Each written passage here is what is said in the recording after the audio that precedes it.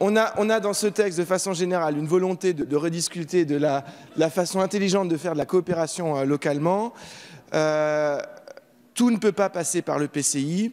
On a organisé des circulations de compétences entre les EPCI, c'est une chose. Il y a aussi une coopération infracommunautaire.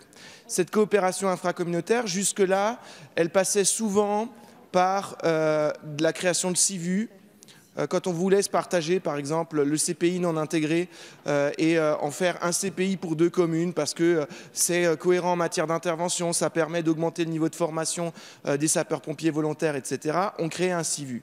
La loi NOTRe a mis fin à cette logique de création de CIVU. On peut le comprendre parce que parfois, pour gérer certaines compétences simples, ça peut être finalement des lourdeurs qui n'ont pas lieu d'être avec un système d'indemnité, etc.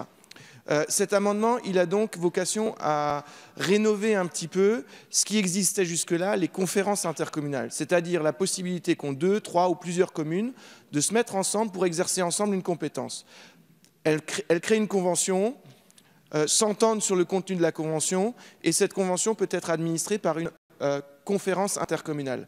Seulement, la loi aujourd'hui, elle force la désignation de la conférence intercommunale d'une façon très stricte. Ce sont 3 élus désignés par les conseils municipaux à bulletin secret.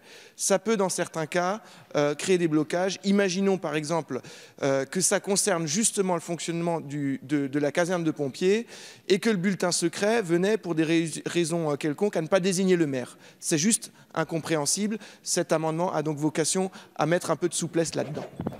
Merci, monsieur le rapporteur. Monsieur Schellenberger, vos premiers mots auraient suffi à me convaincre de la pertinence de votre amendement. Donc, favorable à ce dispositif de bon sens et de fluidité. Oui, ce qui se conçoit bien s'énonce clairement favorable. Donc, je le mets aux voix avec avis favorable. Qui est pour? Qui est contre? Il est adopté.